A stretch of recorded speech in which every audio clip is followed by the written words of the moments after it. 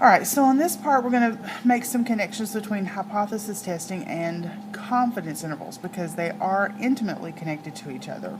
So we're going to go back to chapter 18 when we were working on confidence intervals, and we talked about something called a critical value. In a confidence interval, where you take a proposed or a sample proportion and you add or subtract to that a margin of error, which is z star times the square root of p hat q hat over n. So our formula for finding a confidence interval, the critical value is that z star. And basically it decides how many standard deviations from the center we want to go. So if our z star is 1.96, then we would have a 95% confidence interval. So if we want to frame in the middle 95% of all possible samples, that would be a z star of 1.96. If we wanted to frame in 90%, we'd have a z star of 1.64.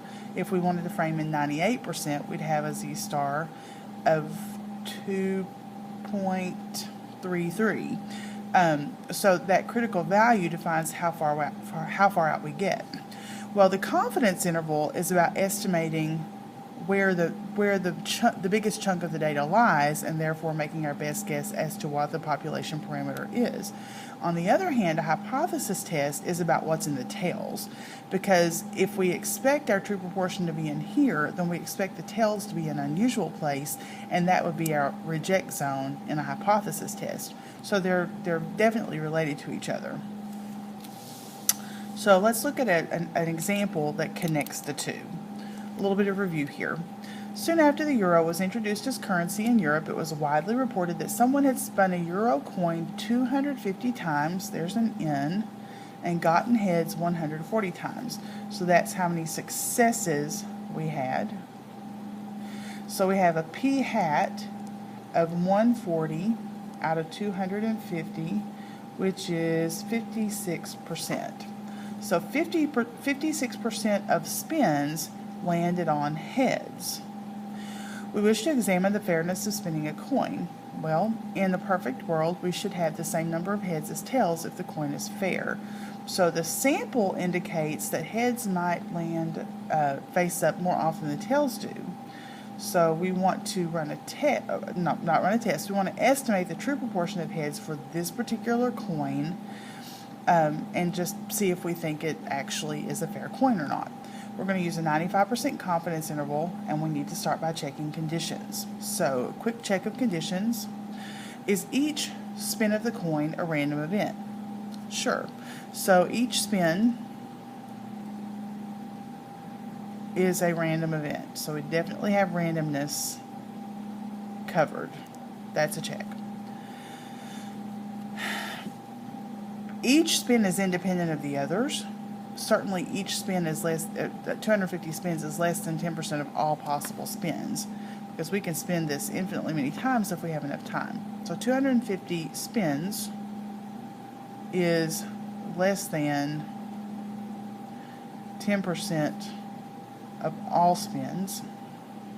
That one's definitely covered. And then the successes and failures, well, we already know successes is 140. So n times p hat, because we don't know the true p here, we only know this sample proportion. N p hat is 140 successes, and that means n q hat must be my failures. Well, if I had heads 140 times, I must have gotten tails the other 110.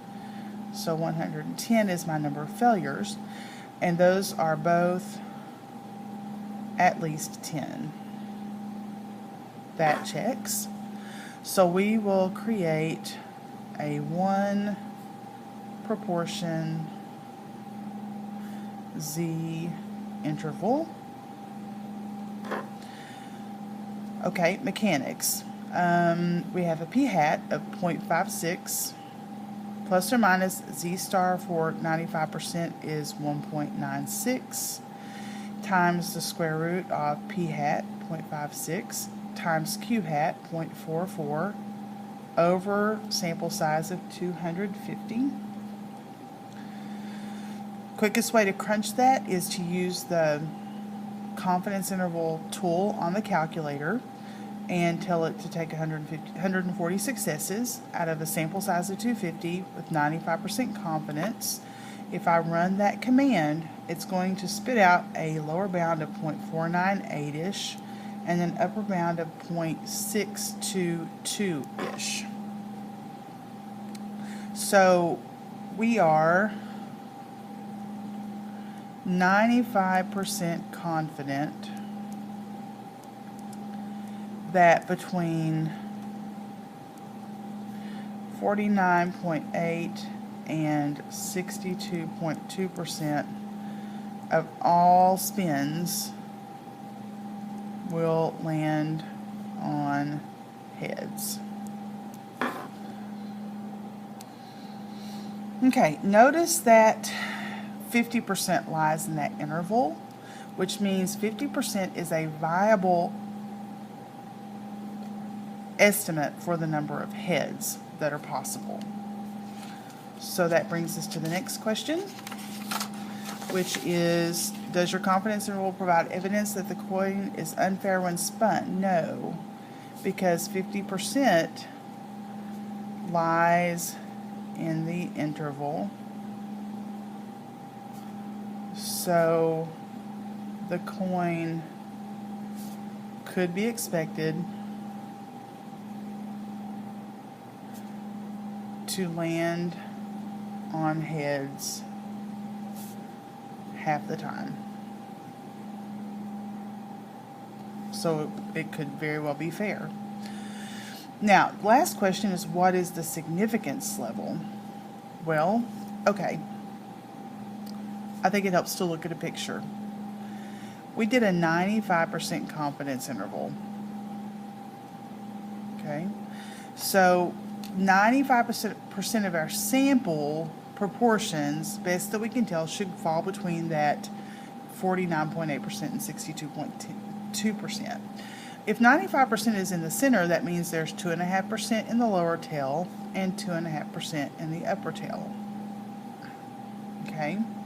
We want to know if the coin is fair, which means if we had found a proportion in this tail too high, we would have argued the coin wasn't fair. Or if we found a proportion of heads too low in this tail, we would have considered the coin unfair. So any spin that would fall here and here would be in what we think of as a reject zone. If our proportion of spins had landed here or here, then we would have argued, on the other hand, that our coin was unfair. So if I think of this confidence interval as a way to test a claim, and the confidence interval supports the fact that P could truly be 50%, then that means the other 5% of the time a sample would have fallen into the rejection zone or would have lent evidence to the fact that the coin was unfair. So that means my alpha level for this test is 5%, because any sample P hat in the outer 5% would have meant that we were too far away from the proposed 50% in the middle to believe that the coin was fair. So whatever's left in the tails is your alpha level. If it's a two-tailed test, you add those two percentages. If it's a one-tailed test, you only take half of that percentage. So if this had been a more heads than tails, if instead of a change or a difference unfair, then we would have only used 2.5%, because only one end would have been reject zone. Okay, so that's the end of the first day's lesson. And on your new copy of notes, you have day 1 homework to take a look at. And we will pick up with the critical values revisited on day 2 notes.